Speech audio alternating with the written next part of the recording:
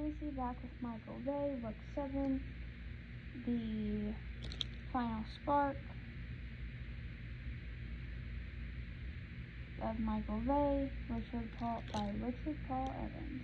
We're ready for Chapter 17. The Lightning God. And Eli dropped to one knee, then Adam and the rest of his men followed. Elder Malachi, and Eli said, "It is my honor to see you again." "Stand, stand," the elder said. "It is my great, great joy that you have come. I have prepared a meal for you. Come to my humble home and eat." Neil picked up the bicycle and offered it to the elder, but he deferred. "I will walk with you, my friend. I don't often take my bicycle. I'm too old for it. But I was told you had finally landed, and I didn't want you to have to wait." And Eli smiled. "You are very kind." "How did you know we would be here?" Adam asked. The old man looked at him but didn't answer. So the Eldon are all gone?" And Eli said, "For the time being." Malachi replied. He pointed to a grass hut 50 yards ahead of them, and a yard that was a fire burning inside, a ring of coral rocks. "That is my humble home." Enil grimaced. "You once lived in a magnificent house," he said, "not so many years ago." "An Elgin officer decided that he wanted it," Malachi said. "I'm sorry," Enil replied. "It is an injustice to be corrected." Malachi just smiled. "It's only a house, a fleeting thing. I have a roof, it matters little." The house was typical of Tuluvian design, small with woven walls and a thatched roof. The men sat in the yard while a young woman brought out pie, drinking coconuts, lolo, taro leaf, and coconut cream, and then fish wrapped in banana leaves. After they had finished eating, they went inside the small house. There was a long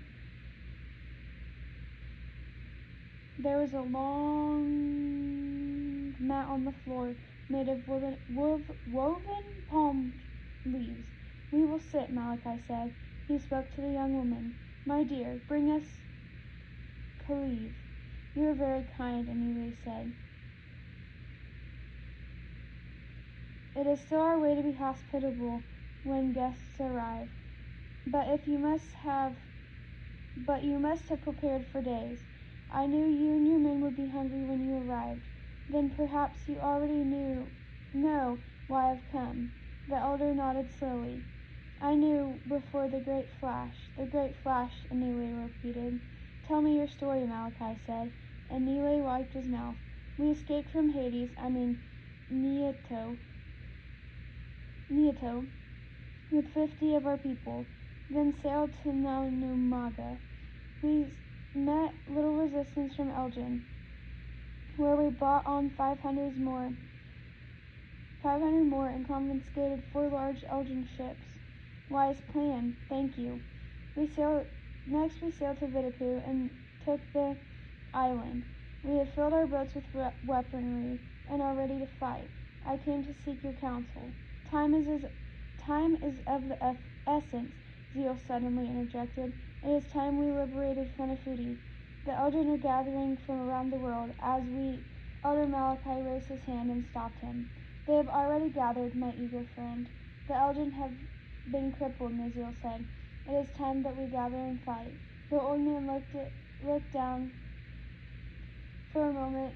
When he looked up, he said, "Cafe e tu ti vaiuka su tatu." He spoke in an ancient dialect unknown to any of the men except Iniwe. "What did he say?" Zeal asked. "He said, 'When it rains, we shall get wet.'" "What does that mean?" Naziel said rudely. He looked at Malachi. "Elder, this is no time for cowardice. This is time to fight while our enemy is weak. Wisdom is not always cowardice. Boldness is not always courage. The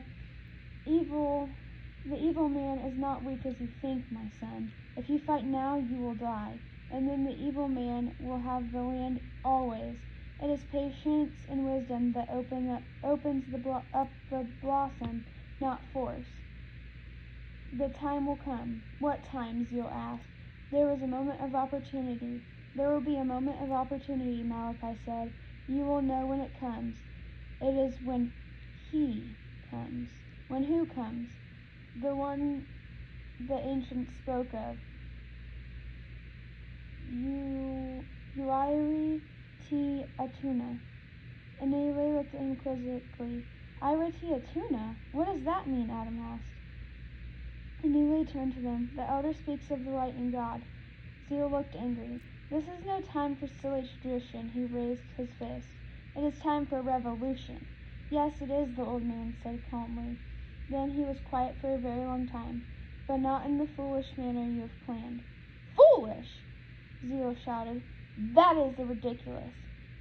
We are wasting valuable time. We need to go to war now. So eager to die, are you? The old man looked at him with dark, steady eyes. You want war? Fear you not. Fear not. You will have your fill of it. But don't worry. You need not rush it. Rush to it. It will come to you. All you can decide is where you shall meet it. But I warn you, if you meet it in the open sea, the water shall be your grave. He looked at the other men. I did not warn the people that the Elgin would come. Yes, Elder, Anile answered. You did.